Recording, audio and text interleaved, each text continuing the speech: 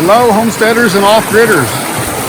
Look at this absolutely beautiful creek crossing.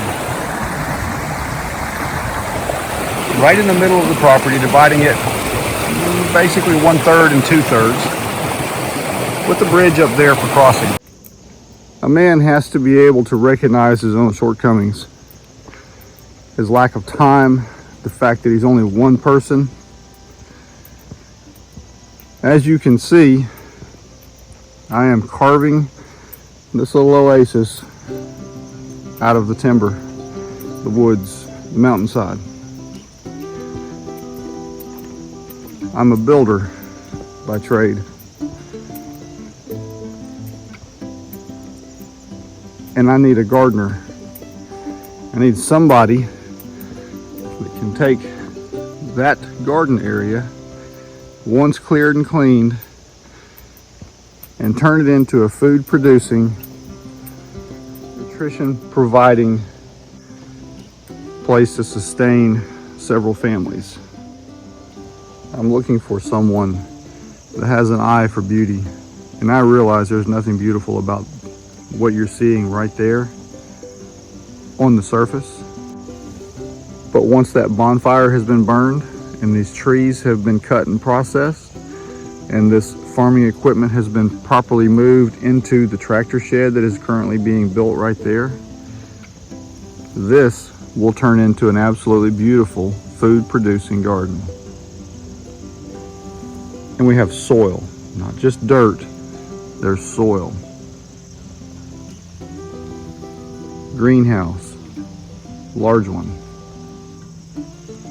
And a lot more room besides that to expand. This is just the beginning. Just listen for a minute.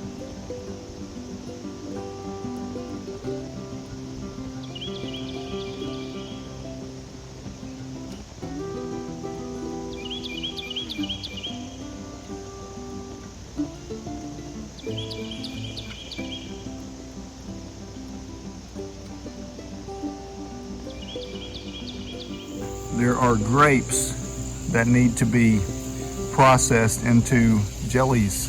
Look at those beauties, so sweet.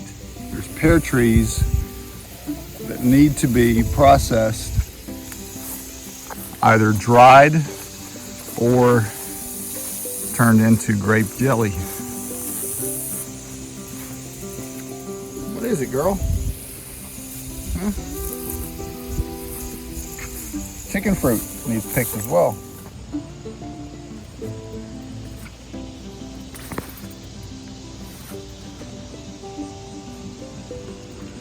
It's so heavy, it's breaking the limbs. That is a nice running Deutz 40-06 with a homemade custom roll cage on it.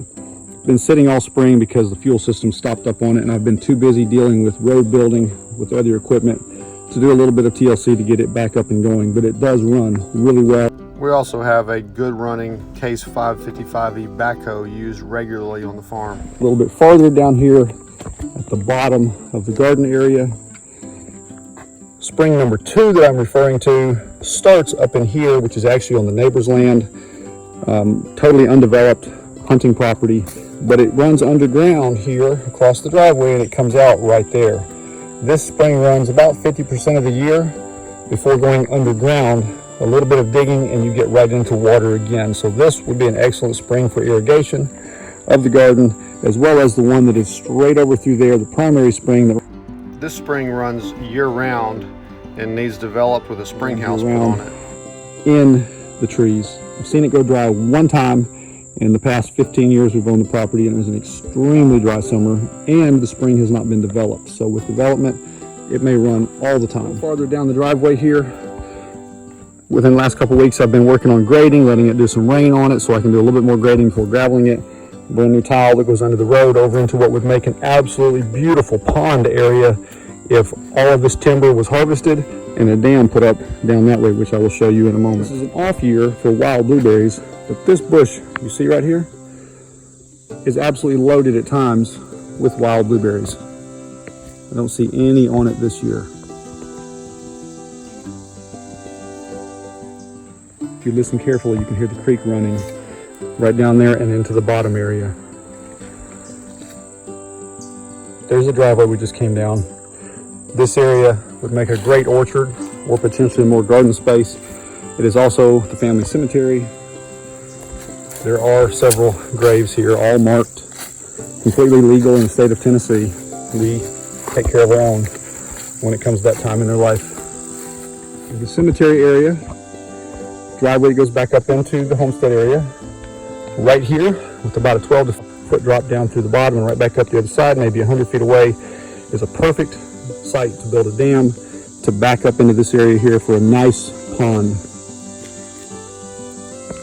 There is the cemetery area, turning and looking down the hill to the creek at the bottom. This area I have not gravelled yet. If all goes well, should be gravelled by the end of the week. Still have a little bit of maintenance, crowning, proper grading to do before graveling. Turn to my left over here, and this, from the edge of the cemetery, is a steep drop down to where it levels off into an area that has some fruit trees in it, but has been badly neglected over the last several years. It is starting to grow back up, but could easily be cleaned up.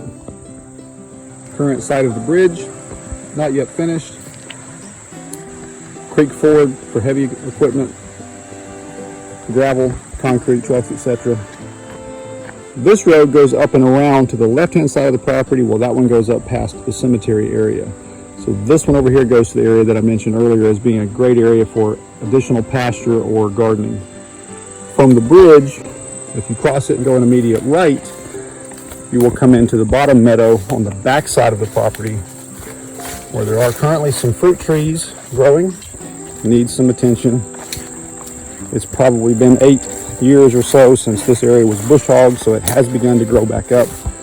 But it goes all the way back to those trees, around over those trees, so it's this nice little quarter-acre, roughly, area here in the bottom. What you're seeing right there is peach trees. And this creek that runs along here, it goes up through there and it turns, it goes up and on up the valley. That tree right in that area is the far property line. This bridge is a solid steel structure waiting for those cross tie type material to be secured down about every 6 inches, with 2 areas of 3-inch thick oak runners for driving on. So the bridge will end up being about 12 feet wide when completed. Easy for driving. Beautiful view of the creek. Another beautiful view of the creek. And this is August. About 90% of the bridge timbers have already been cut. Those are the pavers for the driving on. Those are the timbers for going crosswise. Cut with this sawmill present here on the property. These were cut this past fall, and nothing has been done this spring, no mowing or anything, so it has grown up. But that is a very well operating sawmill. Road forks, bridge, creek ford crossing, and all of this out through here, when bush hogged, makes nice pasture area. Plenty of standing timber here still to be taken out, harvested for building of barns, houses, whatever you'd like to do with it. A lot of the clearing has been done, it just hasn't been completed yet. The driveway goes up and out, and the top of that bluff line is the top edge of the property closest to the road. That area there is the dirt pit that you'll see a photo of here now. The dirt that comes out of that has been used for building up this road bed all the way across that bottom area. Could be used to put a level pad right there for a barn, because if there is a really, really good spring rain, this bottom pasture area has been known to flood. This is an additional driveway that has been pushed off up into a nice little RV or cabin site up in that area. Guessing about 3 acres here in this bottom area on this side of the creek, which is back there. House site for the very back is about half a mile off of the Blacktop Road. That is the beginning of the property right there. Wet weather spring comes out of that embankment, runs under the road right here with a brand new culvert. and down through there.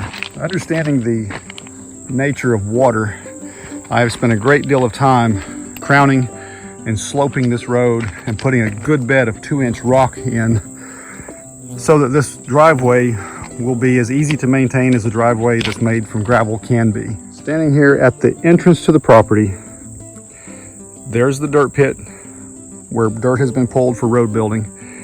And as long as these weeds are kept cut down and a few more trees are harvested, that will be an absolutely beautiful view of the lower meadow where the horses and the cows are grazing.